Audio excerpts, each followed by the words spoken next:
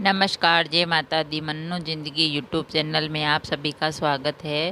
Friends, हम जानेंगे पितृपक्ष में भूलकर भी ना खाएं यह फल, वरना पितर हो जाएंगे नाराज। तो पितृपक्ष चल रहा है, तो इसमें हमें कौन से फल भूलकर भी नहीं खाने चाहिए, नहीं तो हमारे जो पितर है वो नाराज हो जाते हैं।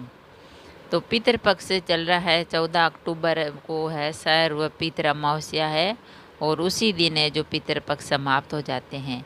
पूर्णिमा से लेकर अमावस्या तक 16 दिनों के जो श्राद्ध है पितृपक्ष रहता है। पितृपक्ष में लोग पितरों को प्रसन्न करने के लिए अपने आचार भोजन आदि में बदलाव करते हैं, और पितरों को नाराज करने से बचने के लिए कुछ नियमों का हमें पालन करना चाहिए। पितृदोष माता पिता के क्रोध के कारण होता है और परिवार में कई समस्याओं का कारण बनता है। इन सब से बचने के लिए कदम उठाएं और जानें। पितृपक्ष में भूलकर भी ना खाएं यह एक फल ऐसा है जिसे पितृपक्ष के दौरान भूलकर भी नहीं खाना चाहिए। यानी पितृपक्ष के जो 16 दिन होते हैं उन दिनों में हमें कोई ये फल है जो एक ऐसा वो नहीं खाना चाहिए। श्राद्ध पक्ष के बाद कीवी खाना वर्जित है, क्योंकि इसे तामसिक माना जाता है। हम इसे मांसाहारी भोजन से जोड़ते हैं। इसी कारण से कीवी को पैतृक घर में नहीं खाया जाता है। तो वह फल कौन सा है? वह है कीवी। कीवी को पितृपक्ष में नहीं खाना चाहिए, क्योंकि कीवी को जो तामसिक भोजन मानते हैं। पितृपक्ष में कौन सा फल खाना चाहिए? पितृपक्ष में आपको केले का सेवन करना चाहिए और अपने पितरों को केले का दान भी करना चाहिए। केला खाने और दान करने से पितर जो है वो प्रसन्न होते हैं और आशीर्वाद भी देते हैं, क्योंकि यह भगवान विष्णु का जो है फल होता है। केला पीले रंग का होता है, तो इसलिए भगवान विष्णु का प्रिय है। तो भगवान विष्णु भी आशीर्वाद देते हैं और पितर भी प्रसन्न होते हैं।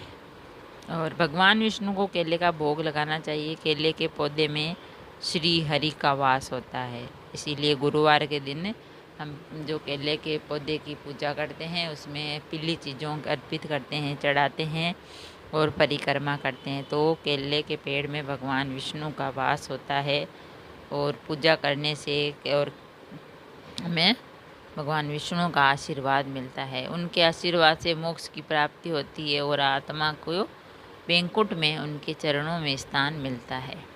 तो आत्मसम्मान और मृत्यु के चक्कर से मुक्ति हो जाते हैं। आत्मा जन्म से और मृत्यु के चक्कर से मुक्त हो जाती है। पितृपक्ष के में सभी रसीले फल खाने चाहिए, और अगर कोई फल कड़वा हो तो उसे न खाएं। और पितृपक्ष में कड़वा और तीखा भोजन खाना वर्जित है। कड़वा और तीखा भोजन पितृपक्ष में नहीं करते हैं। पितृपक्ष में क्या दान करें? पितृपक्ष में पितरों की संतुष्टि के लिए दान देने की जो परंपरा होती है, दान जरूर देना चाहिए, तभी पुण्य मिलता है। इस समय आप दान भी गरीबों और ब्राह्मणों को देते हैं, और ज़रूरतमंदों को दान देना चाहिए।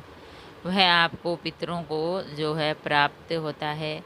पितृपक्ष के बाद सभी को केला, दही, दूध और पान के पत्ते से बनी सफ़ेद मिठाई का दान करना चाहिए। दान के साथ ही ब्राह्मणों को दक्षिणा भी दे। दक्षिणा के रूप में कोई भी पात्र दिया जा सकता है। इन चीज़ों के दान से पितर प्रसन्न होते हैं और आशीर्वाद देते हैं। तो फ्रेंड्स, हमने जाना पितृपक्ष में भूलकर भी ना खाएं ये फल, पितर हो जाएंगे नाराज। क्योंकि पितृपक्ष में जो है पितर है वो जो 16 दिन के लिए धरती पर भ्रमण करने आते हैं।